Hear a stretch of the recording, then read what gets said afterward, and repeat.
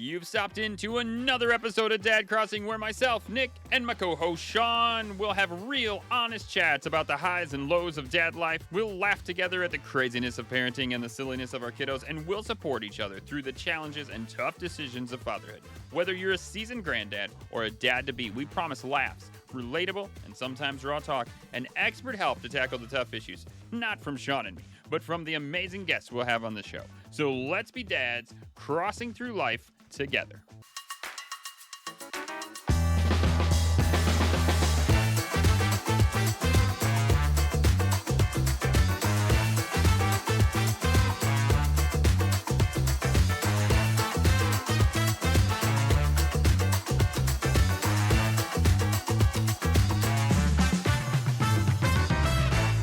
Well, Sean, this Sunday, at no better place than church, because that's the best place for this kind of stuff to happen, my kids got in a literal fight, like hitting fight.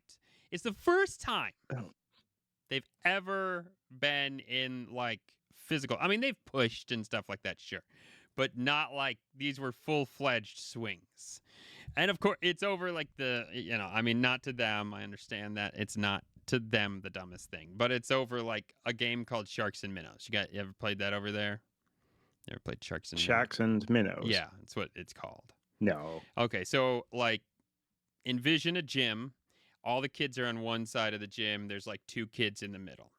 And then the kids have to run to the other side of the gym, and they're the minnows, and the two kids in the center are the sharks, and they can tag people. If they tag you, you become seaweed, so you can tag other people, but you can't move. And the sharks are always sharks. Okay. And you just go back and forth and back and forth and back and forth until you have one or two people left. And that's the game. Well, Ariel tagged Noah and said, "You're out." And Noah apparently, his version is, "I knew I was out. I was walking out." And Ariel's like, "No, you weren't." Anyways, so then Ariel instigates it, takes like a closed fist, like hammer swing on Noah. And then Noah turns around and takes a closed fist, like side swing onto Ariel and clocks her in the ear. And then I guess somewhere in there, I think, from what I know, is when the teachers broke it up. Well, by the way, this all happened while we were teaching kids, like little kids, church in the back, which is just the best, just the absolute best. So it is the first ever fight that my kids had, and let me tell you, I was like, okay, fine, whatever. I knew this was going to happen. I don't have any siblings, so like I don't have a lens to view it by, but it's like, okay, well, we figured this would happen at some point. But man, coming up with consequences is really hard, Like we talked to them. They were really honest. They told us the story. I was like, "Noah, you give your side first." He gave his side. Ariel's like, "Yep, what he said." And I was like, okay, all right. Fair enough. And so, yeah. Okay, yeah. So you had that going that they both were really open about it and accepted responsibility, which is good. One didn't blame the other more than anything else. Mm-hmm. I don't know. As a kid growing up, I was the older of two. My brother was 3 years younger than me. And we were always fighting, like always. Like feel so physical, sorry for my mom. like fighting, like okay, all right. Oh yeah, like we're talking bust noses, lips, okay. bruises, yeah. And the consequences always were just a lot of telling off. But I wouldn't know how to deal with that. Like, the other thing I could think of is you put them in a triple XL size t-shirt and write like the t-shirt of shame on it, and they have to both get in it. Both heads through the hole, one arm through the other arm has to go around the sibling, and then they have to put the other arm through and the other arm around, and they have to be in there and get on, and like they have to wear it until they are done. Oh my gosh, that's really good. I mean, we need to do that. That's not what we did. That was way too creative. We were very much like your average parents. We were like, listen, you're off video games for the week, and you're losing allowance for 2 weeks, and when you come home, for like pretty much the first hour and a half. You're just reading or you're doing whatever chores we give you.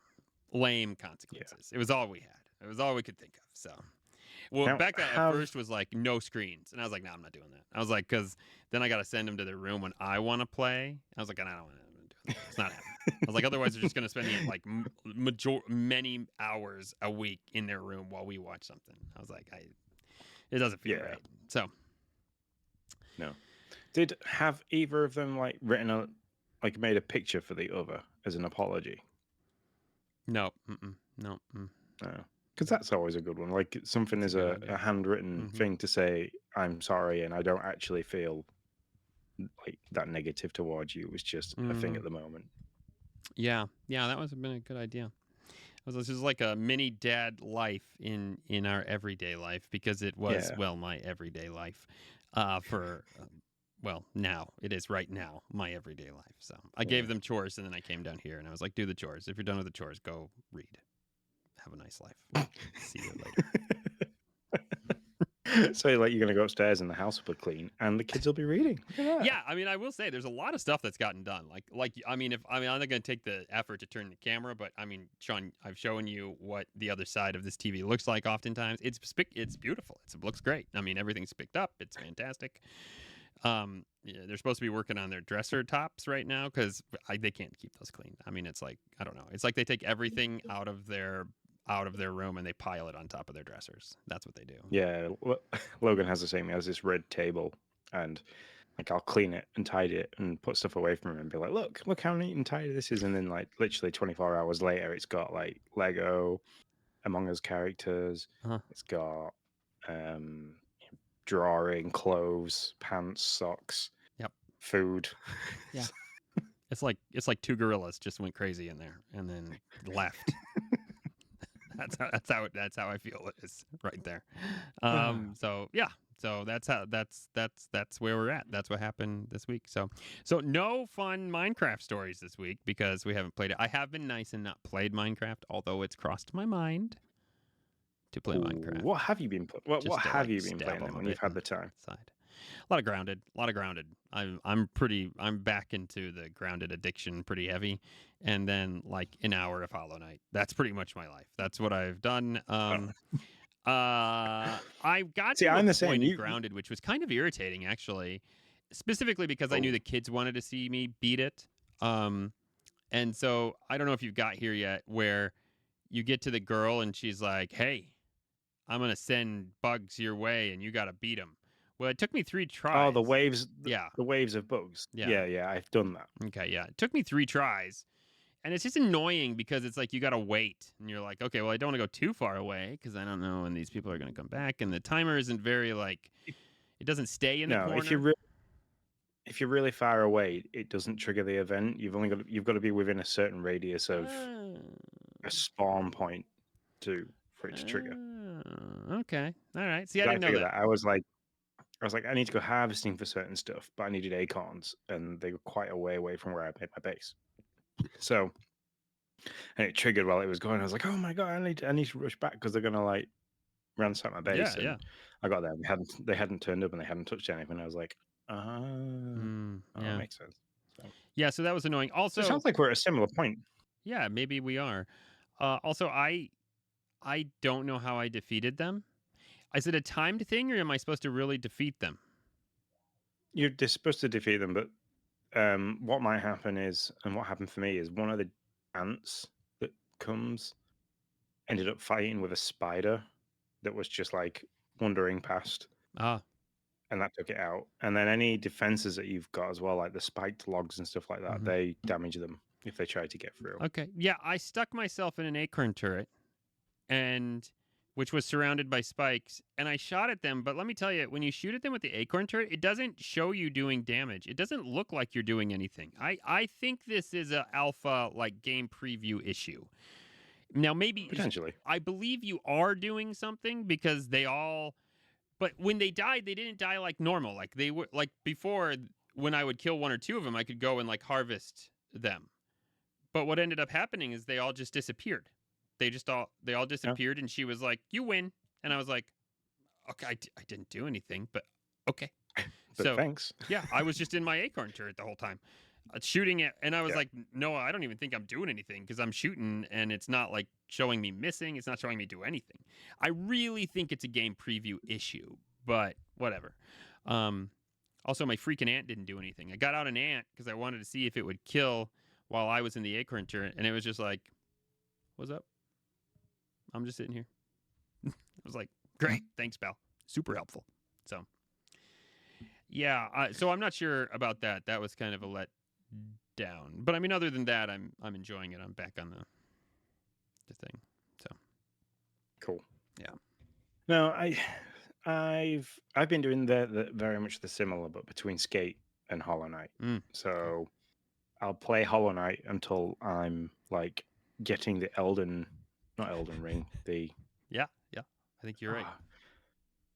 Oh yeah, Elden Ring, like the Elden Ring-esque rage quit starts coming across me, and then I stop and I go play Skate to mellow out. And then what happens is I end up stuck on a challenge on Skate and get really annoyed, and then just turn the Xbox off and go to bed really frustrated. So that's what I've been doing. Nice, yeah. Yeah, I have only played, like I said, about an hour-ish of Hollow Knight this week, and I got to some prison guard. I'm calling him a prison guard because below him is a prison. So I don't know if he's actually a prison guard or not. I have no idea. Yeah. And so, yeah. And so I have not learned his pattern enough yet. He keeps killing me with his big bone sword. And so that's... I think I ran away from him. I need to go back to him. Maybe don't. Yeah. Maybe. He has like... He goes back to swing, and that's when you need to jump back. But he does not have a big tell of when he's going to jump. It's a very, like, you basically just have to pay attention to if his sword goes back. If his sword doesn't go back, then he's going to jump. But if you hesitate a second too long to make that jump back and he does swing, then you're dead. Or if you think he's going to swing and he doesn't, and then you jump back, then he whacks you with the big axe and you die. And it's like, it's very, the tell on his, it's not hard. His patterns aren't hard to understand. They're just hard to telegraph to you is the problem. It's like, is he going to jump? No, he's not. Oh, I'm dead. Okay. Yep, he jumped. Yeah. Just like, okay. Do you use the jump attack much? Where you jump up in the air and then like needle down? Yeah, I use that quite a bit. Yeah. Yeah, that's my favorite. Like the boss I've just beaten, that was like the easiest way I found to beat her. So I think I have 2 abilities unlocked now. Oh, nice. I only have the one. Extra. I have the needle shooter, the web shooter thing. Not you shoot the needle and it cuts the web. Isn't that what you mean by ability? Okay, yeah. Okay, but let me ask you this about this game. Go then. This is just like the bananas. Shards. I have 400 shards, and apparently that's all I can hold. And I don't know. Is there a thing I can use? Am I being dumb? Like, it's okay. You haven't got to it yet. I haven't got to it yet. Okay. All right. Yeah. But I'll tell you something now. When you get to the bit and you realize what they're used for, they soon deplete. Oh, yeah, I bet. I have no doubt. Yeah. I have no doubt. So, yeah. Okay. Well, I'm excited. Yeah. I'm excited to get to there because right now I'm killing people and I don't get anything because it's just like, yep, you're at 400. No. The little red, like, beads, they're the ones that you want to try and keep all of as much as possible. Yeah, I got that. Yeah. I bought the maps. I could go back to the beginning, actually, and buy some of those things, some of the stuff that the guy had. I'm going to go back. That's my plan if I was to play it again, is to go back and farm. Go back really early, because I've got the fast travel unlocked as well. Okay. To go back and, like, farm. So yeah. Yeah, but I haven't lost anything. I've always been able to go back and get my little weave thing, so I haven't lost anything for good. I do think they're a little bit more generous about that in the second one. Where you think so? I do, because of where they put it. They used to, like, if you died on spikes, it used to be like, oh yeah, there it is. It's on the spikes. Best of luck. Hope you can get it. And you're like, I can't get that. So now if you, like, die on the spikes, they'll lift it up or bring it over so that it's reachable. And so I do appreciate that change in this one. Yeah, that is a big kind. I haven't realized that because I've managed to not die on spikes yet. Okay, yeah. Well, I'm always here for you, Sean. Lava. I'm doing a lot of dying in lava at the moment. So. Yeah. So. But I got stuck. There's a point that like I got stuck for absolutely ages because I didn't know where to go, and I was like, because it gives you no explanation of where to go really, and I was like, I'd been everywhere I could get. There was bits and places where I couldn't go because I needed to unlock like an ability to jump further. I was like, I can't get there. I just can't do it. And then I like watched this enemy like jump along where I thought I needed to go, and I was like, oh my god, it's got the same legs as me. I wonder if I can do that. And you can. So Okay. Well, I will try to keep that in mind as I continue on. I might actually just go, since you skip, because I was gonna skip this guy. I was moving forward, and I was like, no, I should probably go back and get whatever that is. But now I might skip him and see if I can get an ability that helps me. Yeah, get around. I'm gonna go back because he was like, I walked in, saw the size of him, and just went, nope. Yeah. I got him halfway. Well, I mean, I don't know if it's halfway because you don't see like a thing, but I got him to like change his pattern, and then he killed me again. So that's usually like halfway. Well, it's one of those things. It's like in Mario, if you hit Bowser 3 times, that used to be like you knew it was going to be like either 3 or 4 times, and Bowser would, you'd have beaten it. It's they you can stun them, so the stars go around the head and they kind of stop for a moment. Yeah, I've realized that's you've got to do that 4 times so far to beat the boss. That's the only thing that has been repeatable. Sure. So yeah, but I don't want to say too much because after last week's show, I got a private message from John Blanco, and he told me off for spoiling Donkey Kong and for also getting the Harry Potter movies sequences wrong. So, what did you spoil in Donkey Kong? I mean, don't do it again. I guess. Sorry. Cake rule. I was going to get told off again. Just tell me again, Sean, so Yoki can tell you off one more time. We mentioned like the usual protagonist. The usual evil guy. Oh yeah, I did think I was like, I didn't entirely know that's gonna happen, but I was like, yeah, I do remember that. Yeah, and then I was talking about the Harry Potters and that we were going to watch the next one. It was going to be the Goblet of Fire, and I was wrong. It was the Prison of Azkaban. So, okay. And he called me out on that as well. Told me that as a Brit I should know these things. So I apologize. Come on, Brit, I tell you. Yeah, said he spat his tea out.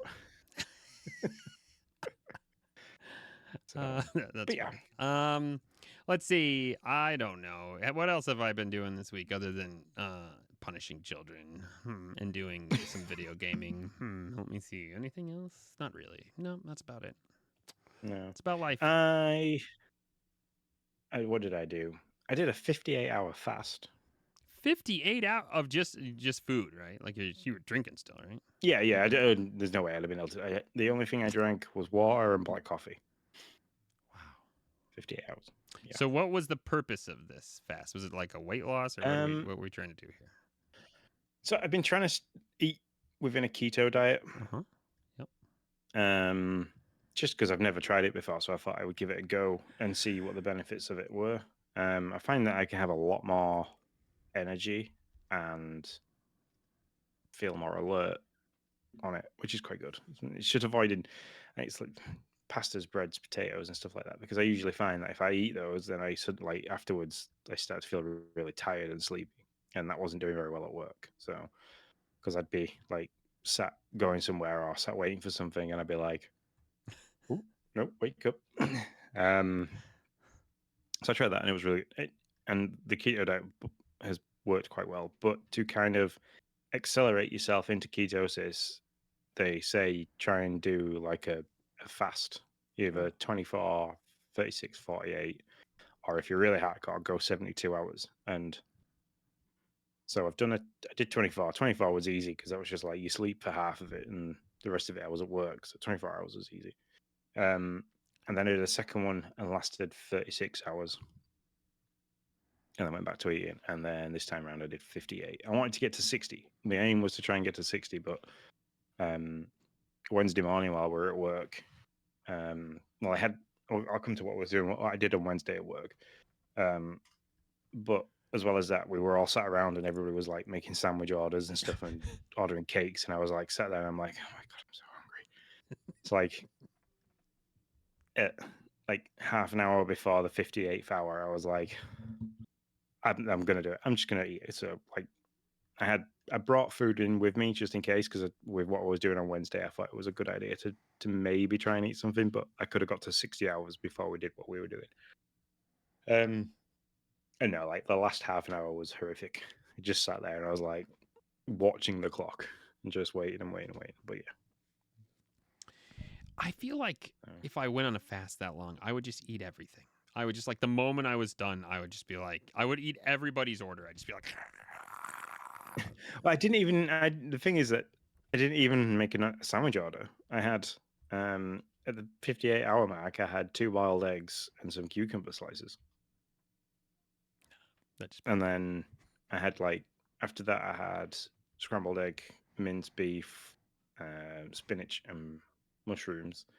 And then later on in the evening, I made myself a cheeseburger roll. So, hey, good job. I don't think I could do it. Yeah, but I mean, maybe I need to try as I sit here yawning. Maybe that's my problem. I need to try a keto diet. It was really, really weird because from hour 38 to hour 48, I had no hunger at all. I was I had zero interest in eating anything. Felt really good. Felt wide awake, well rested. It's very weird, very strange. So, and then after 48, it kind of all went downhill. That's when it all started. Yeah, 48 to 54, I was asleep. So, and I probably made a really bad mistake of still going to the gym and lifting quite heavy as well. Oh my gosh. Are you serious? You're still lifting? Plus you walk like 1,000 steps. I mean, that's not very far. Yeah, and I was still working as well. I've done this every day. I started this Sunday night ahead of bad week. So I'd worked 3 12-hour shifts as well. Well, yeah. Yeah.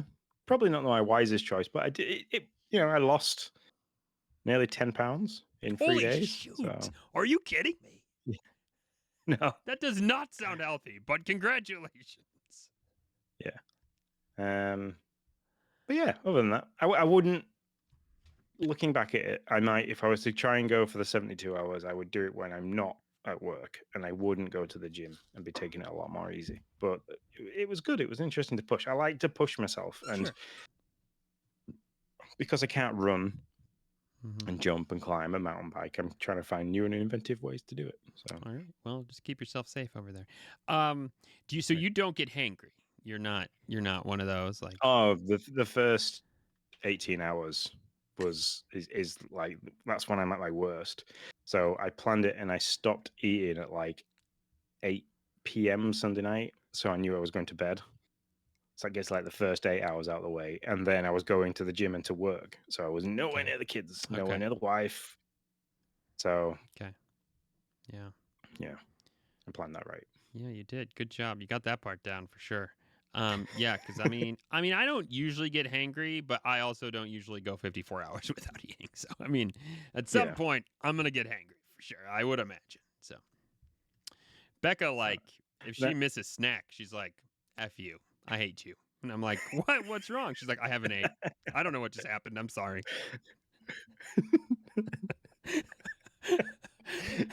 Do you guys get Snickers over there, don't you? Yeah.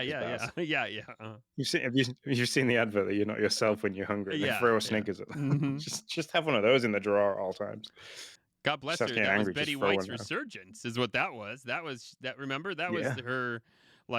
She was popular, but not popular with the young crowd until that Snicker commercial, and then she started getting all kinds of popular. So yeah, rest her soul there, Betty White. So. Anything else at all? No, I got nothing. That's It's been a pretty lame week for stuff going on. It's just been working home and practices and rehearsals and all that fun stuff.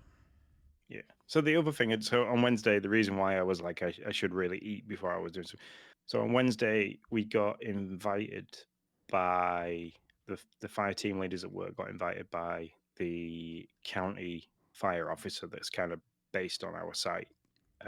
He does like all the training with us. He kind of does surveys of areas and like proposes changes that we could make. He invited the fire team leaders on our shift, so that's myself and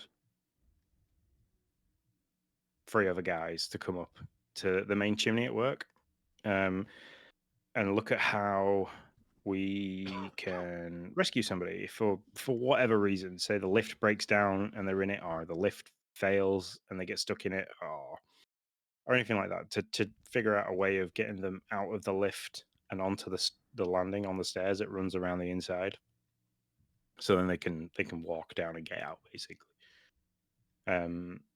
I've never been at one of those before, and I was very excited. So Tuesday night, I didn't sleep much at all. I was so excited.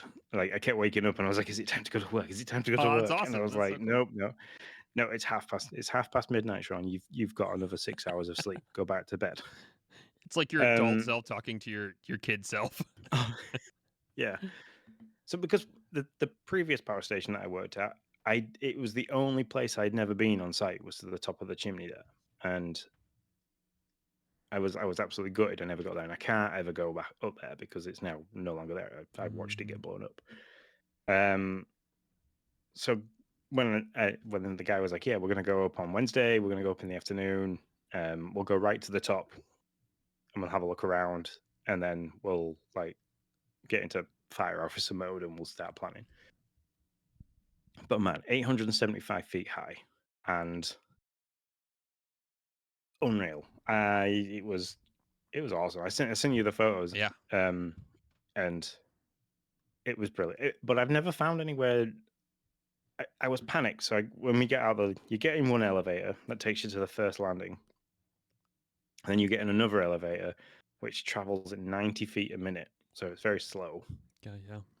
And that kind of travels from about 100, not even 100 feet, like 50 feet, all the way to 840 feet. So very slow, like 6-7 minute ride in this tiny little elevator that fits 3 people in.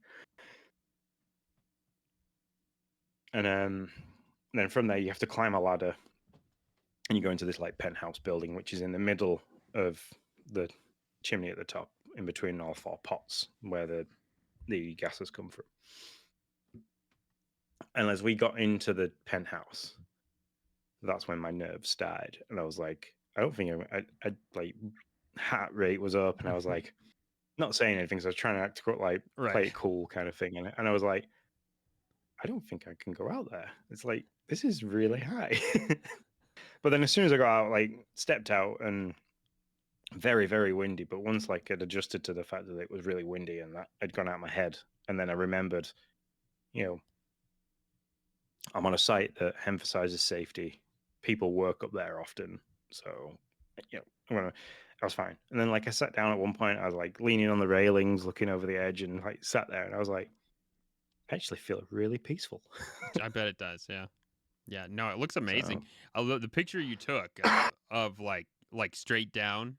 That was that was a creepy picture for sure. So yeah, that was they had like so they had some steeplejacks that were going up and working and building a scaffold, and they were doing some concrete repairs up there. So there was a handrail that stopped you from getting to the edge, but they then built this scaffolding barrier to the edge, and then a drop down scaffolding off the side of that. So I kind of like ducked under and walked to the edge, and then looked, like pressed my stomach against the scaffolding barrier, which is right at the edge, and looked over, and I was like, yeah.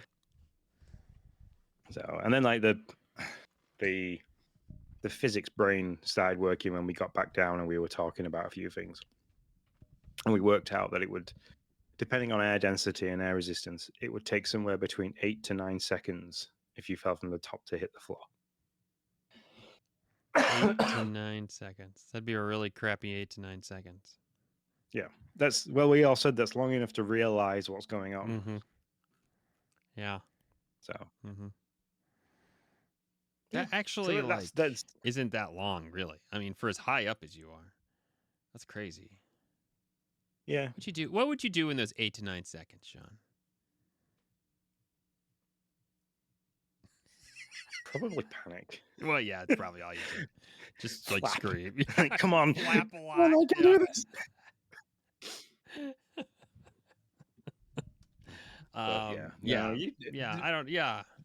You wouldn't have time to like break out a phone and text anybody like, "Hey, love y'all, peace out." Just be like, "Hey Siri, splat." I'm just trying to think. You'd be like, I could just see you be like, "Hey Siri, text everybody, I love them bunches," or something like that, and it's like it would be something like I dove bunches or something. It'd be something totally dumb. Like I could just totally see it. Like, I'm sorry, I can't do that. You don't have any signal at the moment. Yeah. It'll be like you just like text everybody, "Please buy banana bunches," or that's what Siri would do. I could just like totally see it. Like, you get an email later saying that it's ordered a load of bananas from Amazon. Yeah. That's my final thing I do for my wife. She'd be all morning, and then all of a sudden this truck just comes up with like 20 banana boxes of bananas. Be like, I don't know. Nick Metzger ordered them. You must really love bananas. That's right. But no, other than that, I cleaned the car today, which was a wasted effort because it then rained afterwards. So yeah, you took some pretty sweet pictures too. Yeah, the hydrophobic coating that I put on afterwards, it's kind of like the rain has shown how well that's worked, which is quite nice. So every time I walk past the landing, coming down the stairs, I look out at the car and it's like there's just these great giant beads of water, and it's like, oh yeah, that's worked. So That's sweet. I find that as satisfying as vacuum lines. I like myself some vacuum lines. Yeah. That's Dirt Vader does a good job on making those for me every Tuesday. I appreciate him. Final thing I'm going to mention. We haven't talked about it for that often, but the Robinhood app, the stock thing, has been a real up and down roller coaster. But man, it was a good week for me, Sean. I don't know about over there in the UK. I'm at like 14% up this since I started, not just this week. Well, actually, I bet most of that's this week. Let me see. 9.5 of it's from this week. Yeah, I'm up.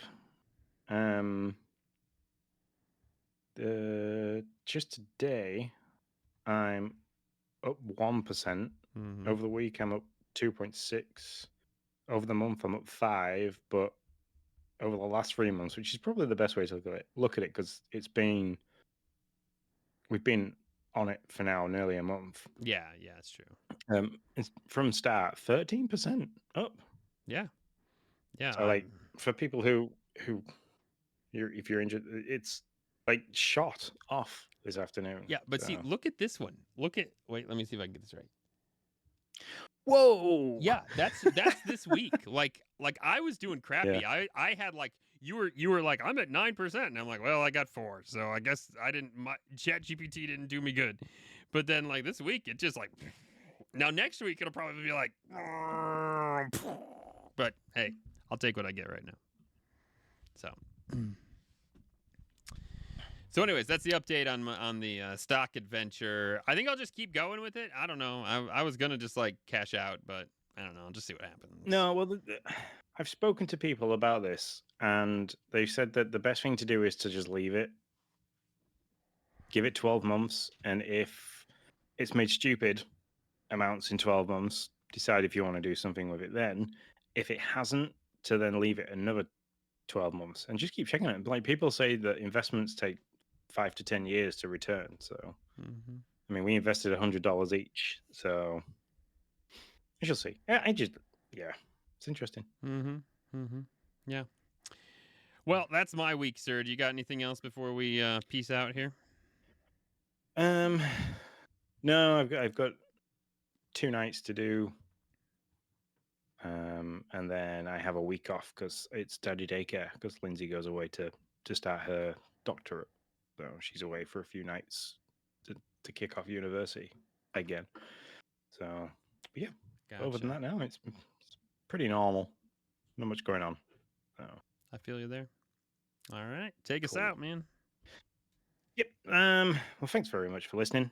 I hope you don't mind us making the joke about the falling stuff. I know some people can take that quite seriously, but we were just poking fun at the things we would do. So there's that.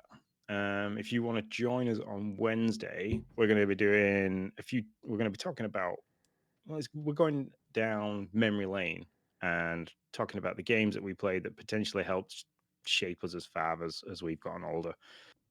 Showing like how to resilience, which if you were a retro gamer and you were playing things like Super Mario Bros, where you had no save, no reset kind of thing, you learned that you got to get good and keep trying. So join us on Wednesday, and between now and then, we hope you have a good week.